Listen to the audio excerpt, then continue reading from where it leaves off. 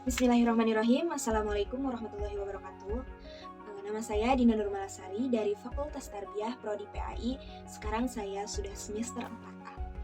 Nah, insya Allah dalam video kali ini saya akan memaparkan artikel yang berjudul Penyusunan Alat Evaluasi dalam Pelajaran SKI. Nah, pemaparan kali ini yaitu untuk memenuhi salah satu tugas mata kuliah perencanaan pembelajaran PAI.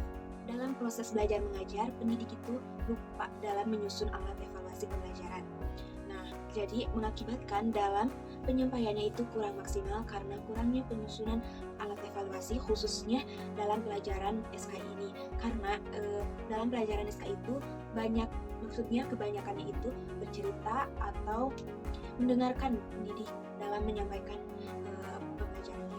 Nah, akibatnya ketika lupa untuk menyusun alat evaluasi itu, jadi penyampaiannya kan kurang maksimal. Nah, apa emangnya kegunaan dari evaluasi itu sendiri? Yang pertama yaitu untuk mengetahui seberapa jauh siswa menguasai dari tujuan penetapan pembelajaran itu. Terus yang kedua, untuk mengetahui bagian-bagian mana yang kurang atau lemah dalam pengajaran, nah yang nanti harus diperbaiki. Nah, di sini saya insya Allah akan langsung memaparkan artikel tadi yang berjudul Penyusunan Alat Evaluasi dalam Mata Pelajaran SKI. Yang pertama, saya akan membahas tentang apa itu evaluasi sendiri ya hakikatnya. Terus yang kedua, bagaimana menyusun alat evaluasi pembelajaran. Ketiga, apa contoh penyusunan alat evaluasi. Nah, langsung saja yang pertama yaitu hakikat evaluasi. Kalian harus tahu dulu apa itu evaluasi ya. Yaitu evaluasi berasal dari bahasa Inggris evaluation yang artinya penilaian. Menurut istilah yaitu sebuah proses yang menentukan hasil yang telah dicapai atau dalam sebuah pelajaran. Nah, jadi dalam pelajaran itu diukur seberapa jauh peserta didik bisa menangkap atau memahami pembelajaran yang telah disampaikan. Nah, jadi evaluasi ini dalam pembelajaran pada dasarnya sangat penting. Jadi pendidik itu penting untuk mempersiapkan bahan evaluasi. Nah, yang kedua yaitu saya akan membahas bagaimana menyusun alat evaluasi pembelajaran. Nah, salah satu yang harus dimiliki oleh pendidik atau guru yaitu memiliki kemampuan untuk menyusun alat evaluasi pembelajaran dan melaksanakan evaluasi hasil belajar itu dengan baik. Salah satunya juga harus bisa menyusun tes. Nah, yang pertama yaitu ada kriteria tes yang baik. Jadi sebelum menyusun atau ingin menyusun harus ada kriteria tes yang baik. Tidak mungkin pendidik itu menulis atau menyusun teks yang jelek ya. Jadi harus baik karena tes yang valid, dinyatakan valid yaitu bisa mengukur yang sesungguhnya ingin diukur. Nah, yang kedua itu ada kesesuaian lingkup isi. Jadi apa yang ingin diteskan itu harus sesuai dengan isi yang akan disampaikan. Misalnya ya, contoh dalam pembelajaran SKI yang pertama contohnya sebutkan ciri-ciri pemerintahan Islam yang baik itu bagaimana. Terus yang kedua misalkan sebutkan jenis-jenis kemusyrikan pada masa jahiliyah di Arab sebelum Islam.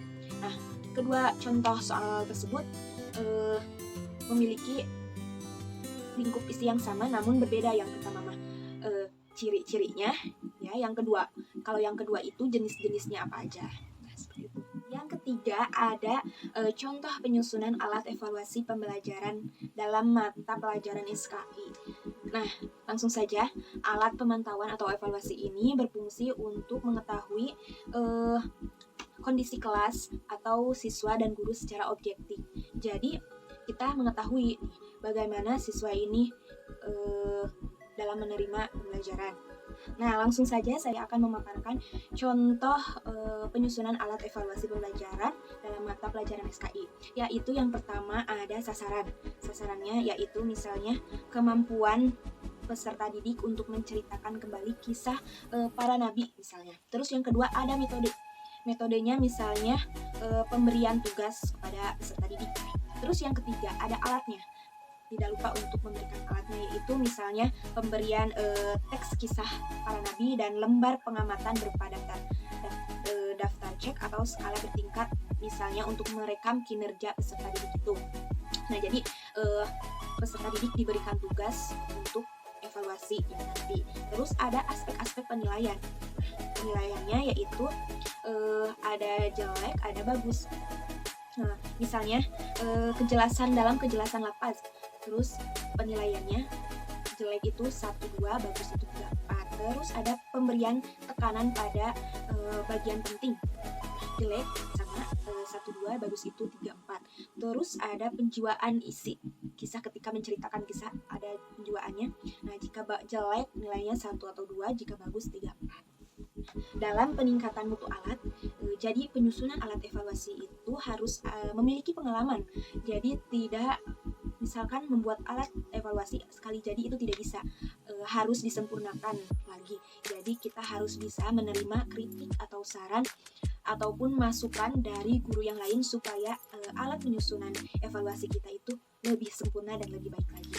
Alhamdulillahirobbilalamin, mungkin hanya itu yang bisa saya paparkan. Mohon maaf atas kurangnya, karena saya yakin banyak sekali kekurangan yang saya paparkan ini. Namun semoga ada manfaat yang bisa diambil, dan untuk calon pendidik atau pendidik bisa menyusun alat evaluasi ini dalam mata pelajaran, setiap mata pelajaran, walaupun mungkin belum semua, tapi kita harus sama-sama belajar untuk generasi yang lebih baik lagi.